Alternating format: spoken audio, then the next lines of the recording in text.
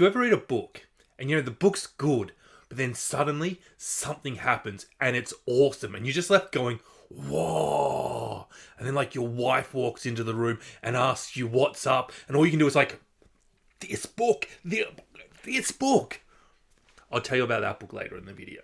This is all the books I've read in September, wrapped up into one video for your convenience and mine. Stats! We got 30 books to talk about here. 2 1-star books, 4 2-star books, 6 3-star books, 8 4-star books, and there's a nice little pattern there. And if you notice, there are 10 books left. Unfortunately, I've neglected to tell you that I DNF'd 7 books, which leaves 3 5-star books and not the 10 that I would have loved to have read. But those 3 books, whoa! And as always, let's start with the DNFs. Let's start with the most disappointing reads of the month and work up to the best books of the month. Except I haven't really ordered the DNFs from worst to best. These are just books. Mouth to Mouth. Antone Wilson. A man meets a bloke he used to know and is told a story about how he saved somebody from drowning, but there is something dodgy going on. This was a very early DNF, so please take this review with a grain of salt. I always get really self-conscious when people are like, oh, you didn't like this book that you DNF. If I finish a book and I give it 1 star, I hate that book. If I don't finish the book, if I intentionally do not finish that book, sometimes I have an opinion about it and sometimes I don't. I'm telling you why I DNF'd it, why I made that call. There's often a risk that call can be wrong. I would be willing to guess that there is a fair number of books DNF'd solely because I've had a poor night's sleep the day before. This one, Mouth to Mouth, I just wasn't getting what I wanted out of the characters here. It's that simple. Maybe I'm being impatient. Magpie, Elizabeth Day. A woman finds the man of her dreams, moves in with him, falls pregnant. But when things don't go well at work for Loverboy, he suggests taking in a lodger, and things are suddenly no longer perfect. Now, I picked this book up because Elizabeth Day was the judge of the Women's Prize last year, and she just seems like an interesting human being. But I don't even know why I thought she was an interesting human being. I just know that I have that impression about her. And that is literally all I knew about Elizabeth Day and magpies. And I DNF'd this book when I realised it was a thriller. And it developed into a very Gone Girl-esque sort of novel, which means that a lot of you might actually love this book. But this novel for me started in reality, and then it just left, and so did my interest in it. Honestly, I actually think that this is probably a fantastic thriller based on the quality of Elizabeth Day's writing, which was excellent. But I am just not interested in that type of novel where the twists and the violence replace character development. I was interested in this book when it was about the relationship between 3 people living under one roof. Had I done my due diligence on this and not just magpied at it, that was not meant to be a pun. I'm really annoyed I didn't think of that terrible joke beforehand and intentionally put it in. But had I have done my due diligence, I wouldn't have picked this book up. So rather than a DNF, this should be an NSHS. Never should have started. It's just not a Scott book. Where the Light Gets In, Zoe Coyle. This book, on the other hand, is a Scott novel. A woman living in London gets a call from her mother, who is living in Tasmania, asking her to come home and help euthanize her so that she can die with dignity. Now that's a Scott book. You might as well have left out 3 books to form a path into a forest towards a house made of custard and pickles and socialist utopias. There is no way I can resist that. In addition to having a terminally ill mother, Delphi is navigating a breakup, a potential homelessness situation, and a father who isn't just a douchebag, he's a discarded liquid as well. Delphi had gone through quite a bit, and I just stopped reading and thought, geez, she's taken this rather well. She doesn't seem to be too upset. She's just a little bit la-di-da, toddling through life, killing her mum, drinking ayahuasca, opening her eyes 3 times. There was a real failure to connect with the characters' emotions in this writing. And there were some clumsy plot holes, and some characters with some really simple, single-minded opinions that maybe I'm just too sheltered to have never heard, but they didn't feel realistic. The euthanasia is just suicide view was not explored or explained, and it left the characters just so black and white. And this sounds like a really negative review, but I want to say it wasn't all bad.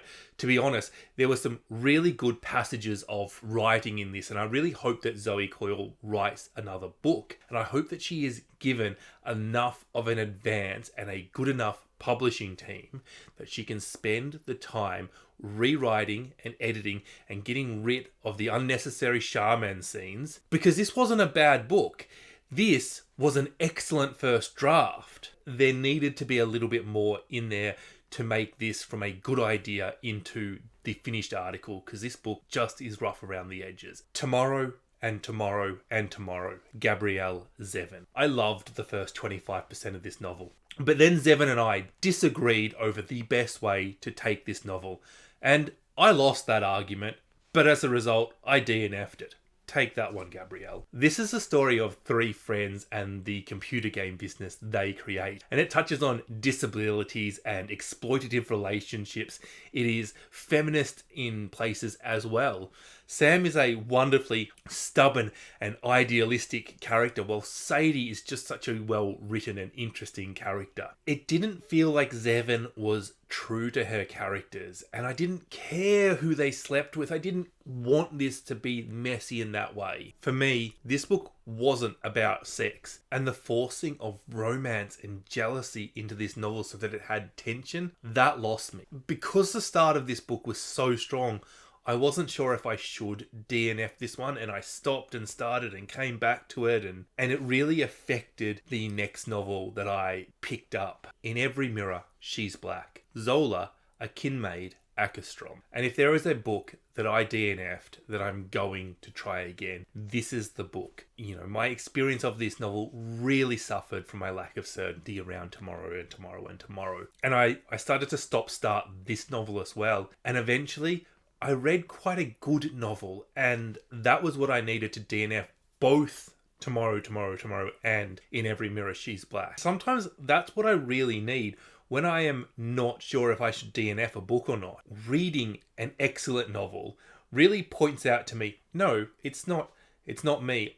It's not that I'm in a bad mood or I'm a bit tired or whatever. I am still capable of enjoying a book. This novel, In Every Mirror She's Black, is about three black women who appear to be very unlinked, but they all have something to do with Sweden. But I struggled to tell these three women apart from each other, and they were quite different. I just felt like the writing didn't reflect the characters. I think if this was a single narrative, it would have better suited the author's writing style. But to be honest, I often have this issue of characters being indistinct from each other early in a novel, and once I get further into the novel, once the author has had a chance to build the characters, that issue goes away. So this one could just be me. Mercury Pictures presents Anthony Marra. This has something to do with Hollywood. And I almost didn't start this book because it was about Hollywood. And that sounds pretty boring. But the hype, I was sucked in by the hype. BookTube. Why? Marra didn't do anything to grab my interest. He didn't do anything to make me care about the characters. Another early DNF, and I don't have a lot to say about it other than this book reminds me to ignore the hype and to listen to why reviewers like books instead of if they like books. Haven, Emma Donoghue. Last month I read The Wander by Emma Donoghue, and it was excellent. A real page-turner that delightfully sits in both commercial and literary fiction. Haven, however, was boring. These monks, they go to live on an island, and one of two things is going to happen. They're going to die, or they're not. The astute observers among you will realise that those two options exist in almost every novel you read. But I didn't really care what the outcome was, and that made it really boring. Think Robinson Crusoe, but without all the unnecessary racist stuff. I cannot believe the same author who wrote The Wonder, which is such an amazing novel, wrote this utterly uninteresting book.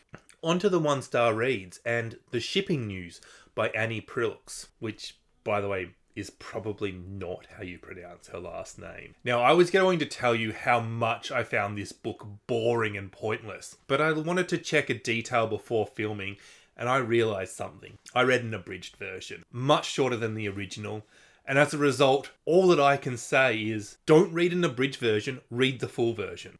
And I actually kind of wonder, how many times have I disliked a book because it was abridged and I never noticed? Please do not be put off by my review of this book. Apparently, the full version is darkly funny, which is completely untrue of the abridged version. If you've read the shipping news, do you think that I would like the full version? I didn't like the abridged version, as you can tell. And if you're a professional book abridger, know that when you die, you'll be reincarnated into the seventh circle of hell, the inheritance of loss. Kiran Desai. I am deliberately trying to read a few more books from this subcontinent between now and the end of the year. I really like books from that area. It's one of my favourite regions to read books from, but I just haven't read enough this year. And this book, it won the 2006 Booker Prize, but it's another Booker fail for me, which is becoming a little too frequent Booker Prize. Now, this book takes a very diasporic approach to the Indian family. Most of this novel takes place around the foot of the Himalayas, but large parts of it take place in New York. We also visit London and Switzerland throughout the story. This story points out legal injustices and is intended to be critical of Indian thug bureaucracy, but it is way too fast-paced. When characters are doing horrible things, I need the author to slow down, stay with them, and explain to me why. Explain to me their motivations. Explain to me their emotions about it.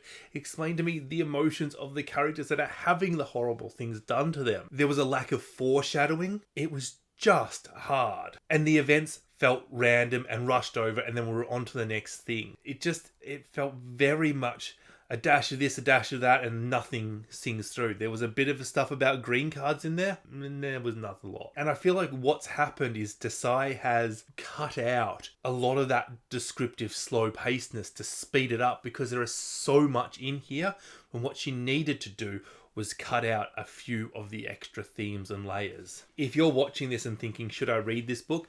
I mean, it did win the Booker Prize, the most prestigious literary award out there, and I'm just some guy on the internet. But I'm saying it didn't work for me, and the events in this novel and what happens to the characters, they're such Scott events that this is my book if it's done well. 2 stars. Lessons, Ian McEwan. Now, I have a single book review up on Lessons. It is the new Ian McEwan, and I didn't really like it, hence 2 stars. But I know that other reviewers loved this novel. I know Daniel at Guilty Feet, for example, loved this novel. I know a lot of people in the comment section of my review disagreed with me. Who would have thought that criticising an old white dude would have been the thing to upset the internet? Good thing he's not black, trans, or disabled. I thought McEwan's handling of the sexual abuse of a child was poor and lacking in understanding or insight, or in how that would develop a character. And that he leaves that topic underexplored in order to progress the novel and look at other things that were just not as interesting. I'll leave a link to my full review in the show notes if you're interested. We Need New Names, Noviolet, Bulawayo. I picked this book up because Glory was such a brilliant novel, and I wanted to see what Bulawayo wrote prior to it. And it didn't really work for me. But I don't think it's a write-off. Even though I didn't like it personally, I could see in this novel that Bulawayo was talented, but that her writing just wasn't connecting with me. I think that this is a novel that would be really popular with fans of Zadie Smith. This is the story of one girl who I think was 10, and her journey from Zimbabwe to America. The culture shock she experiences, the power dynamic between Africans and Americans, green cards, immigration, and her life in Zimbabwe, which explains why she wants to move in the first place. And there is just this wonderful quote in the novel which I think might help you determine whether it's a book for you or not. The problem with English is this: you usually can't open your mouth, and it comes out just like that. First, you have to think what you want to say. Then, you have to find the words. And then you have to carefully arrange those words in your head. Then you have to say the words quietly to yourself to make sure you got them okay. And finally, the last step, which is to say the words out loud and have them sound just right. But then, because you have to do all of this, when you get to the final step, something strange has happened to you, and you speak the way a drunk walks. And because you are speaking like falling, it's as if you are an idiot, when the truth is that it's the language and the whole process that it's messed up. And then the problem with all those who speak English is this: they don't know how to listen. They are busy looking at you failing instead of paying attention to what you are saying. I think this is a very good book that is either going to work for you or not, and I'm in the second camp. It is very erratic and it's hard to feel settled in this novel. But if you can do that, I think that this is actually just going to be one of those brilliant novels that you love. Too Much Lip, Melissa Lucashenko. One of the most powerful things about this novel is that Lucashenko, who is an Indigenous Australian woman, says that everything in this book has either happened to her or somebody very close to her, that she has simply put them together in a way that creates a story. And a novel like this, with a list of trigger warnings a mile long, but interspersed with dark humour, it's a very fine balancing act, and one which I just don't think was successful. I love humour in these types of books, but I'm very critical of bad humour or humour that just doesn't make me laugh. In this sort of situation, a bad joke can take away more than a good joke adds. The plot bounces along at a good pace, but when you have trauma, it's best to slow the pace down for the scene and not just bounce through it. Now, there is so much in this novel that is part of the Australian, Indigenous and Aboriginal and First Nations experience. Institutionalised racism, distrust of the police, having sex with white people, the stolen generation. It's an excellent book if you want to learn about the Australian Indigenous history through reading fiction. But for me, it was one of those novels where it's a fine margin between a good idea and a good book. Lemon, Kwong Yi Sun, translated by Janet Hong. I had a recent dip in my DNFs, and you won't be able to see it between the reviews because it sort of took place mid-month and then continued to mid-next month. You know, I really like to have a high DNF rate. I think it is one of the things that has made my reading much better. But one of the stupidest reasons that I was having difficulty DNFing books is you sort of get obsessed with the rate that you read books at. It doesn't matter how quickly I read books, but if I've read quicker the last month, feel like I'm behind, which I know is stupid. So what I have decided to do in order to just placate that inner saboteur RuPaul is that every time I DNF a book, I've decided I'm going to read a novella. I'm going to try and get an audiobook which I can finish on one dog walk. This is one such example. A high school student, Yiyun, is murdered in 2002 during the Japan and Korea World Cup. The case quickly goes cold, and 17 years later, her sister Darryl tries to investigate. And this is a detective novel that explores grief, trauma, guilt, social prejudice, plastic surgery, beauty expectations, and police misjustice, among other things. You never find out who murdered Yiyun. There is an implication of who it was.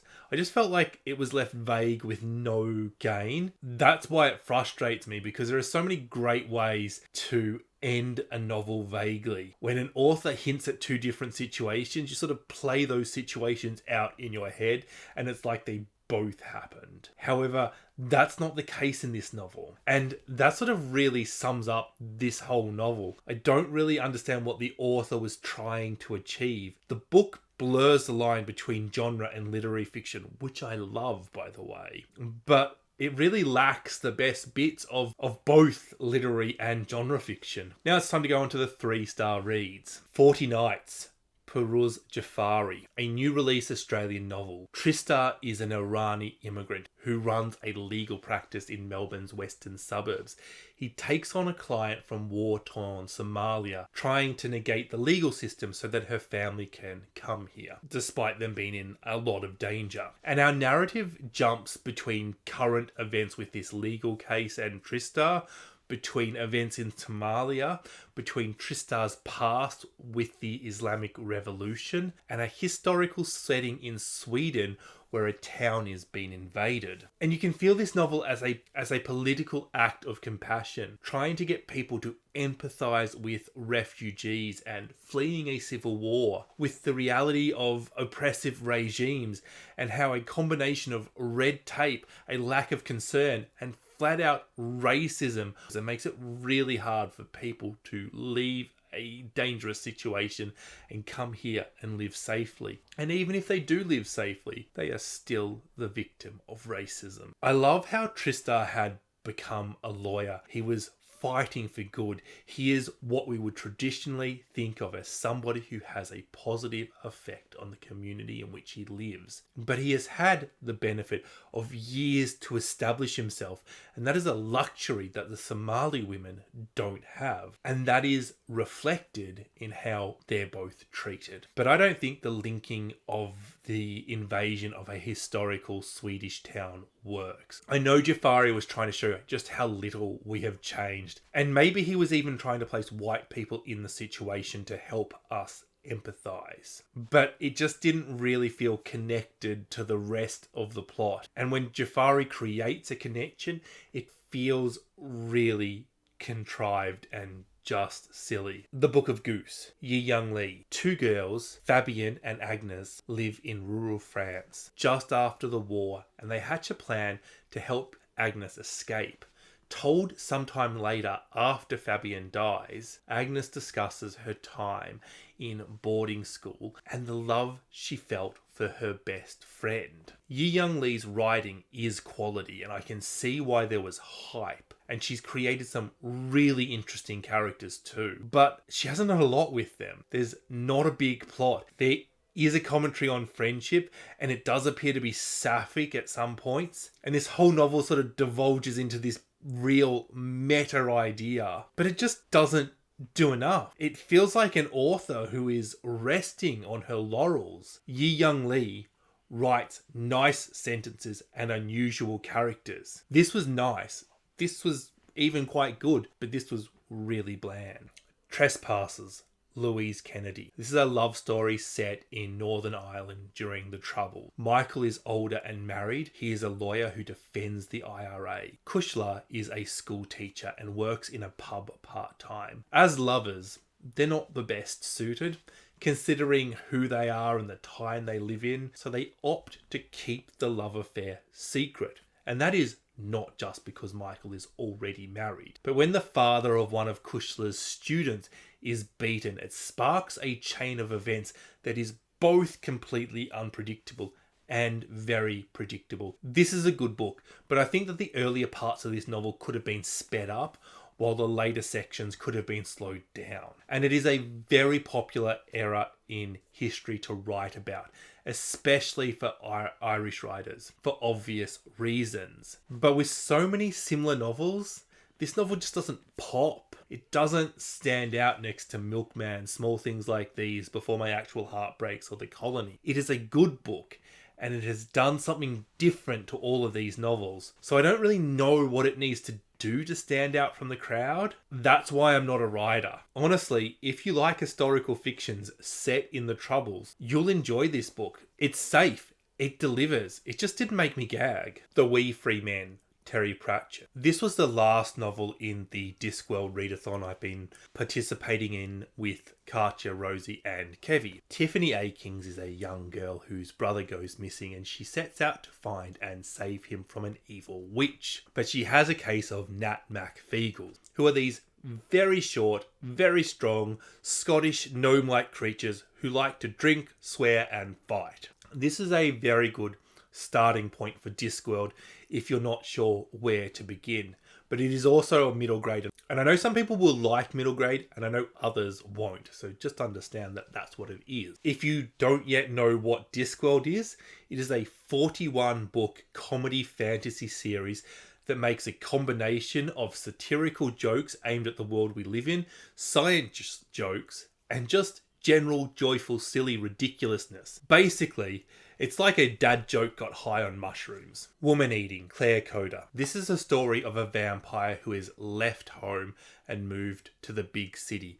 And she can't find any food. She's starving. You know when you look at the description of a book and you can see an excellent novel, but you can also see a terrible novel, and you know the terrible one is much more likely, but you're just not sure. And you just can't help yourself. You need to check it. This book. And it started so strongly. I was really into it.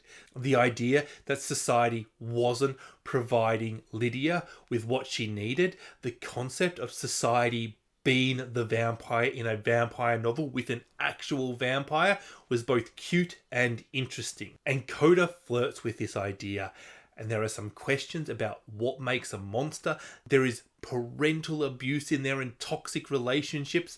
There is vampire dementia. Then she had this idea to mention that Lydia enjoyed watching Buffy the Vampire Slayer repeats, which is hilarious. But it marked a turn in the book for me. It became what every other vampire novel is about. Sex and blood. And what does it really mean to be human? And it lost me. I like Buffy. It's wonderful. If the gang got back together and made more episodes, even now, I'd watch it and enjoy it. But I don't need another Buffy. And that's what I felt like this was. I want something fresh and original. And Kohda has done that to begin with. But I just think she wants you to know what her inspiration for this book was. Buffy and Angel's relationship. And it just lacked the refinement needed to pull off what would have been an excellent novel. To begin with, this book was not only on track for 5 stars, but it was on track to be one of the best reads of the entire year. But it just fell apart, like a ripe avocado that you've left for a day too long. Liarmouth, John Waters. In hindsight, I don't know why I wasn't expecting exactly this novel from John Waters. This is the man who made Divine eat dog shit in one of his movies. And this novel has the subtitle, A Feel-Bad Romance. This book is weird and not in a PG-13 kind of way. There is an analingus pride march. Somebody's penis animates, and said penis has a different sexuality to its owner, which kind of raises a question. Can a penis be owned? Hopefully you're getting the idea that this is not great quality literature, and nor is it trying to be. But it is weird, it is irreverent, and it is funny. And I guess in a strange way it is a romance, although definitely a feel-bad one.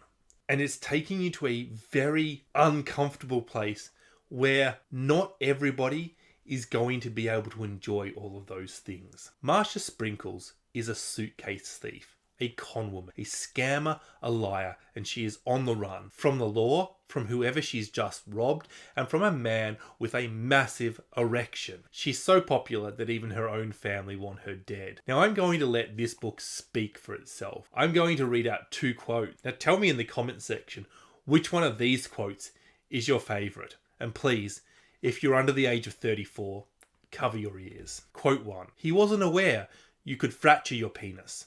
But you can, Darryl. You can. Or, quote 2. By the way, this quote is read by a priest at a eulogy. Everyone hated her. Her employees, her poor deceased ex-husband, her own daughter, and yes, her mother too. Even God thought she was a cunt. On to the 4 stars. And Fiona and Jane, Jean Chen Ho. This is a novel about friendship. In many ways, this is similar to the book of Goose. And I liked this one much better. Fiona and Jane are best friends. They're both Taiwanese Americans, but one is rich and one is not. One is cool, one is in love, one is horny, and one just might be gay. The friendship between these two is really affected by the stage of their life. They are best friends, but they don't speak to each other for years.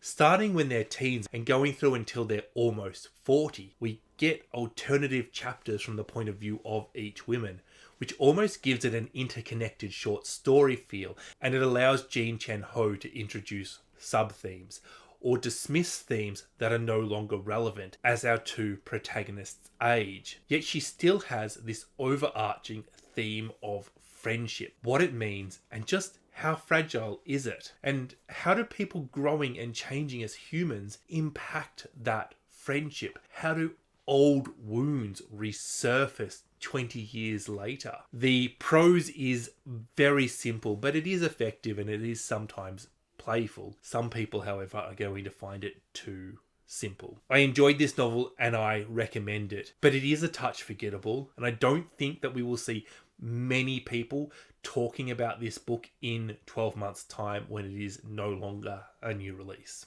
Pyre, Perumal Murugan. Translated by Arundatham Vasdevan. Saroja has just married Kunasaman and is going to live in his village, but when they arrive, they don't get the roaring reception Kunasaman predicted. Saroja has lighter skin and has clearly bewitched Kunasaman according to the villagers and her new mother-in-law, who subsequently disowns her son. Kunasaman's uncle beats him. He has brought shame onto the family. He has married outside his caste. He has not trusted his uncles to find him a suitable wife. Then begins the threats of violence. Subtle at first, but this book slowly creeps to somewhere very, very dark. I thought I understood India's caste system, but this novel taught me that it is much more complex than I realised. I thought it was just a socio-economic class system which just had a lot of stratas in it. And that's clearly simplified to the point of being incorrect. I think this book is great, but it is very, very simple. And I've read one other novel from Murugan before, One Part Woman. Now, if you've read that novel, you know that he does something at the end of it. Something that he does again in Pyre. And being the second time he did it, I don't think it added as much. It's gone from this cool idea to his thing. And to be honest, it's not a bad thing. It doesn't ruin the book. I just wouldn't want him to do it again. It just becomes predictable. This is very dark and very emotional. And if it feels like I've not told you a lot about this novel, it's because it's very simple and I just don't want to spoil anything from it. Diary of a Void, Emi Yaga. Translated by Lucy North. A woman is sick of her life, of her job. She works hard. She is the only woman in the office and is expected to do certain tasks. Wash the coffee mugs, hand out biscuits, and then one day at work she becomes pregnant. Well, not actually pregnant. There's no baby. She invents it and people start to treat her differently. She's no longer expected to work overtime. She has more time and she starts to treat herself differently. Cooking for herself, watching TV, working out, pondering why all those people on the train going home on time aren't happy that they didn't have to work late. Why do they think that's normal? It's quite a subversive novel that is critical of Japanese work culture and of attitudes towards women. But it takes a surreal feel to it when Shibata seems to really believe that she is pregnant. You're left wondering, is she going to be caught? Why is she going to the doctor? Surely they'll know. You're also reveling in her subversion of the culture. Did anybody hear about those people during lockdown who got a second online job, which they worked at the same time as their first job, didn't tell anybody and got double the salary? That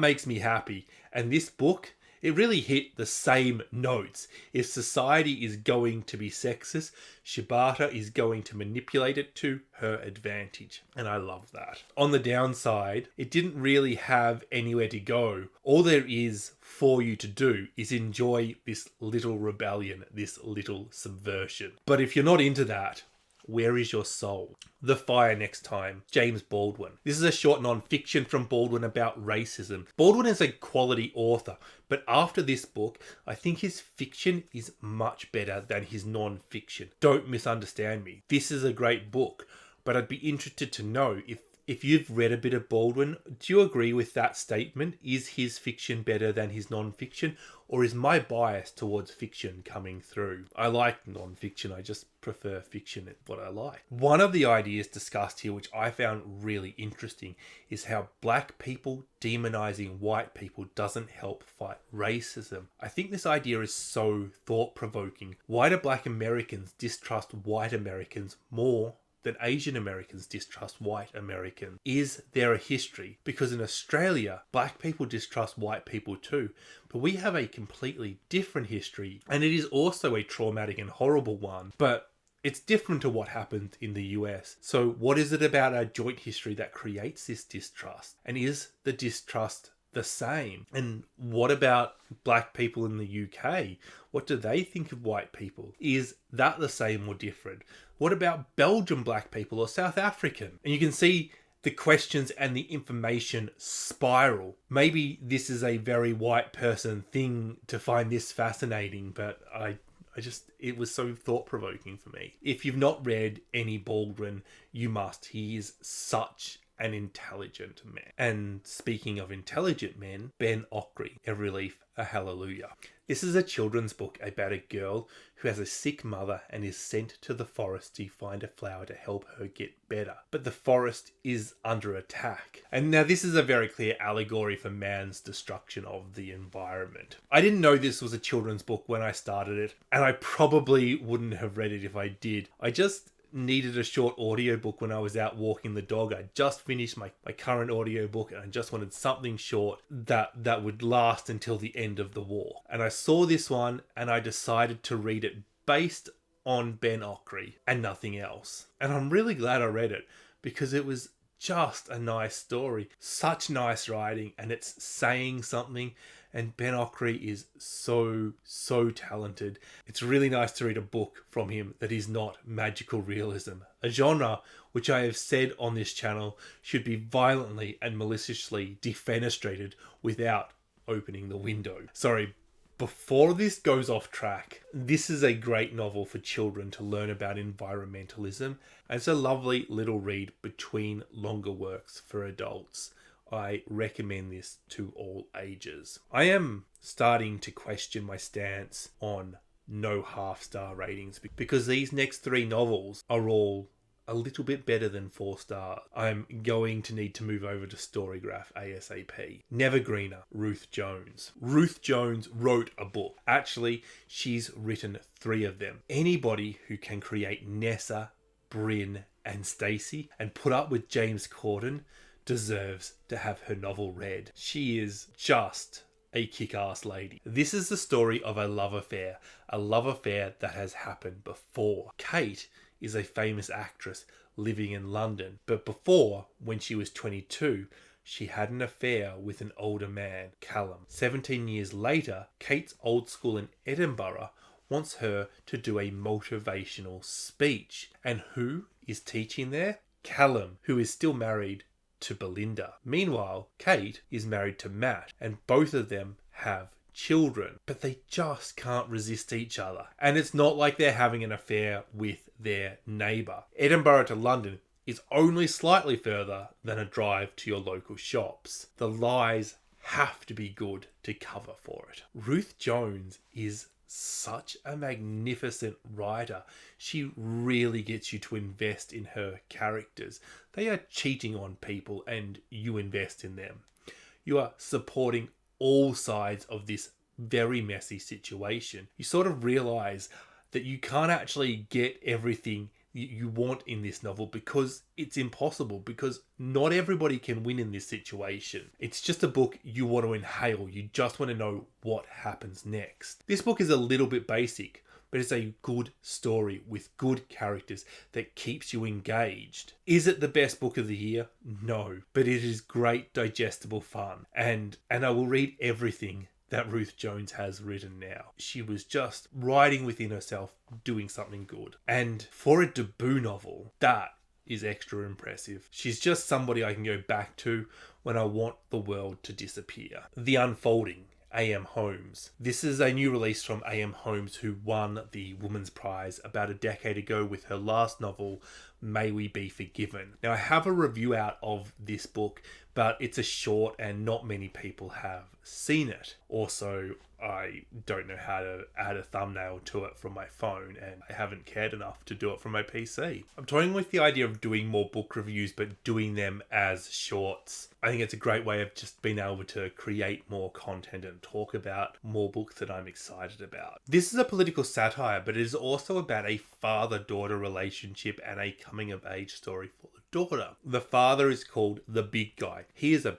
big political donor to John McCain, and after Obama beats McCain in the election, the big guy tries to get a collection of people together to save America. Meanwhile, the daughter just voted for McCain. But why? She's never considered the other side. And after a run-in with the police, she starts to be politically active herself. I love the feminism in this book. It wasn't as funny as I like my political satires to be, but it was funny. There were tongue-in-cheek moments demonstrating class divide and numerous scenes where you weren't sure if Holmes was being serious or if she was telling a joke. And the answer to that is yes, she was. I hope the reason I haven't heard more people talk about this novel is because I haven't watched as much BookTube in the last month and it's brand new. But I would expect to see this novel make the Woman's Prize longlist next year. So get yourself a copy and get ahead. Manifesto, Bernardine Evaristo. Isn't Bernardine Evaristo just brilliant? She is brilliant, and this is her memoir. And this is the first of 2 Evaristo books in this wrap, and this is my last 4-star review. Do you know what I love about this book? Bernardine Evaristo was a complete fuck-up by society's standards. She has stuck to her gun and she has made it. She has done some proper stupid things, and she knows they're stupid. But she's not proud, she's not hiding it.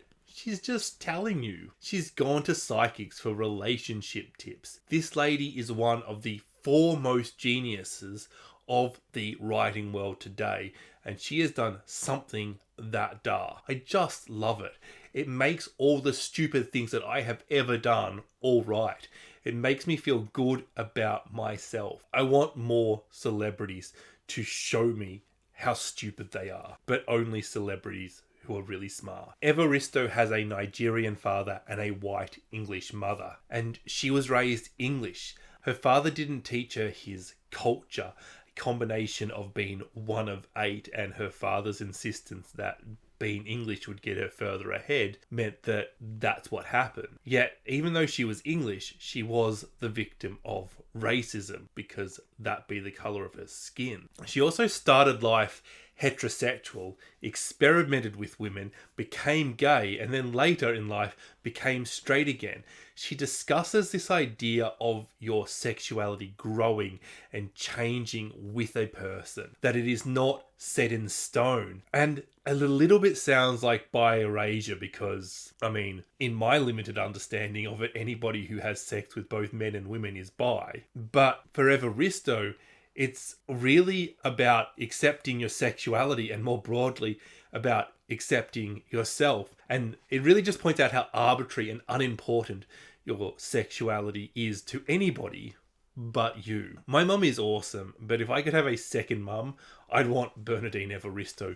She is so good at encouraging readers. She doesn't give up on her dream. She hounds people. She lets you know you will be rejected for your book, but so what? Try again. Keep trying. She also touches on her writing process, which was so fascinating. She discusses what she was trying to do with all of her novels. She discusses writing poetry and turning it into prose. She discusses how her first novel was a complete rewrite from her first draft, but that first draft helped her get the novel in her head enough to write it. She discusses how long it took her to learn how to write a book. More people in this world should try to be like Bernardine Evaristo. The world would be a better place. Let's go on to the 3 5-star reads. Home Fire, Camilla Shamsi. A beautiful woman follows a man home one day. He is bewitched by her and her conservative ways, which are so different to him. The two fall in love, and thus the fate of two families become interwound. One family is linked to the British government, having a minister in their ranks, while the other family is linked to Pakistani terrorists. This is a reimagining of Sophocles' play Antigone, and it won the Woman's Prize in 2018. I read it in preparation for her new novel, Best of Friends, which recently came out. What makes this book so powerful is how it empathizes and understands how terrorists get radicalized. A brutal combination of carrot and stick being utilized on impressionable young men. It also looks at how those young men might come to regret the decisions they've made and how damaging it is not to provide them with a way out. The general level of torture and fear in this novel is out of this world. I love the focus on women in this novel, on the modesty rules and custom and how that affects them, and on the general feeling of terror they undergo in their day-to-day lives, not just in Pakistan, but in London as well, and getting spat on in public places, getting beaten, and how covering your hair and your face can both be a sign of empowerment and a sign of subservity. Shamsi makes the point, if we want to criticize the treatment of women in Islamic countries, we also have to criticize the treatment of women in Western countries. I love how Shamsi isn't taking aim at anybody. She's just presenting a story told in the backdrop of ISIS and the war on terror. She's just showing you the reality of the situation. Her characters aren't good or evil. They act with their own motivations, fears, desires, love, revenge, lust, ambition. And I think it demonstrates how empathizing with people and understanding people can help prevent them getting radicalized. Such wonderful characters and insight. I've not read many of the books it was up against in 2018, but it is clearly a deserving winner.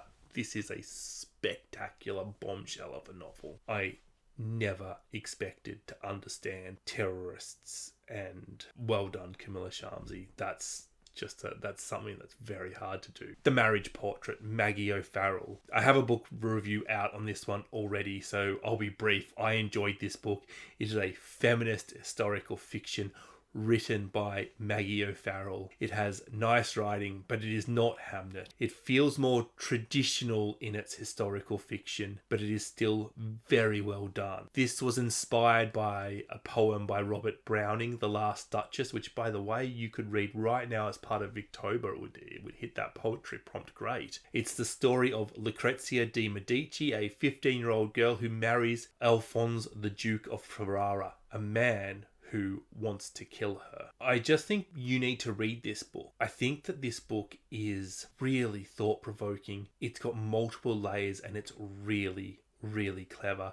Something I didn't touch on in my review, which, by the way, will be linked in the show notes, is Amelia. She is such an interesting character, and what happened to her is, it's wonderful, it's horrible. Hello, Mum. Bernardine, Evaristo. This book. This is just one son's letter to his mother. And in that letter, Evaristo manages to communicate so much. The complex emotion a teenage son feels towards his mother, both positivity and negativity. Evaristo really nails down this feeling of love while wanting to be seen as a grown-up, and the "you don't understand me, you're embarrassing me, let me be my own person, get out of my way" attitude. This is about gangs, about being black and young and disenfranchised, about how money and privilege change things, and whether there is another choice but to join a gang. How do these teenagers see their future? But then there are other questions that this book poses. Where is this boy's dad? Why is he writing a letter? And then when all of this clicks and you see what Evaristo is doing, you're just shocked. You point at the book and at your wife when she walks into the room at once, and your jaw drops. It's only a short novella, not quite 100 pages, but wow. Just read it, do it all in one go. don't take a break, don't come up for air. It is so good and so worth the 90 minutes it will take you if you are a slow reader. Let me know your thoughts or questions on any of these books. Are there any books here that you've seen that you like the look of that you haven't read yet? And don't forget to hit that like button. Make sure that you are subscribed and hit that ding-a-ling, because I'm physically incapable of following a schedule and you don't want to miss another video. Bye bye.